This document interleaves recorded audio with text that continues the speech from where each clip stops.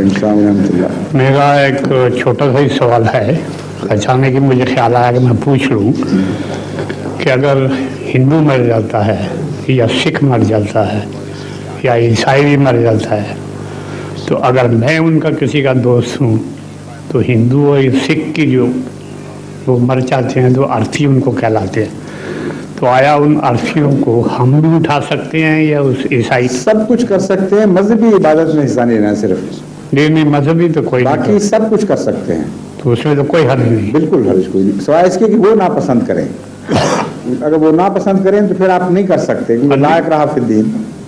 नहीं, वो तो ठीक है, लेकिन ये बात थी पूछने की क्या है, हम अगर उनका कंधा लें तो हमें कोई हर्ज तो नहीं। हाँ, इस्लाम तो इतना अजीम शान मजहब है कि अगर इस्लाम को उस वक्त तक रखा जाए, इस्लाम को समझने के लिए, रसूल करीम सल्लल्लाहु अलैहि वसल्लम के ज़माने तक समझने के लिए इसको रखा जाए, तो कोई भी इबहाम, कोई भी गलती, किसी किस्म का जुल्म इस्लाम के नाम पर मंसूब हो ही नहीं सकता।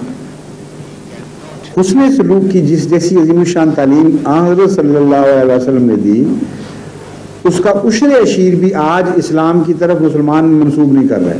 जुल्म ये है, एक मौके पर एक जनाजा आ रहा था, हज़रत सल्लल्लाहु अलैहि वसल्लम उठकर एहतरामन खड़े हो गए।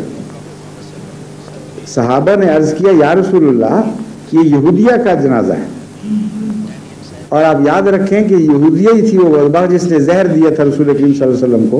ये ज़रूरी नहीं वही हो, लेकिन यहूदियों का ये रुख था आपके, ये आपसे सलूक था। आपने ये नहीं कहा वो गलती होगी, बैठे नहीं, फरमाया यहूदिया थी, इंसान नहीं थी। इंसान का हक है कि उसकी मैयत की इज्जत की जाए। इस तालीम के बाद आप मुझे बताएं कि बाकी क्या रह जाता है? फिर मुर्दे उखाड़ के फेंकना, जलील करना, जनाजों पर पथराव करना कि हमारे करीब भी न लेके जाओ और नापाक हो जाएंगे, इसका कोई भी जवाब बाकी रह जाता है इस्लामी तालीम में। इसलिए हिंदू हो या सिख हो, यहूदी से ज्यादा, उस यहूदी से ज्यादा आपसे दूर नहीं हो सकता जो रसूल सल्लल्लाहु अलैहि वसल्लम के ज़माने का यहूदी था, जो आपका दुश्मन, अव्वल तरीन दुश्मन था। उस ज़माने में जो यहूदी था वो जहर और इनाद से भरा पड़ा था, वो उसके देखते देखते इस्लाम फैल रहा था, वो कुछ नहीं कर सकता था। उस वजह से हमेशा की तालीम ये है कि मज़हब से बाला होकर इंसानी कदरों की हिफाजत करो, इंसानी ताल्लुकात की हिफाजत करो, एक दूसरे से रहम करो, मुआशरे का सलूक, मुआशरती सलूक में अव्वल दर्जे के नमूने दिखाओ। ये है इस्लामी तालीम। तो हिंदू हो, सिख हो, ये वैसी कोई नहीं है। कौन है?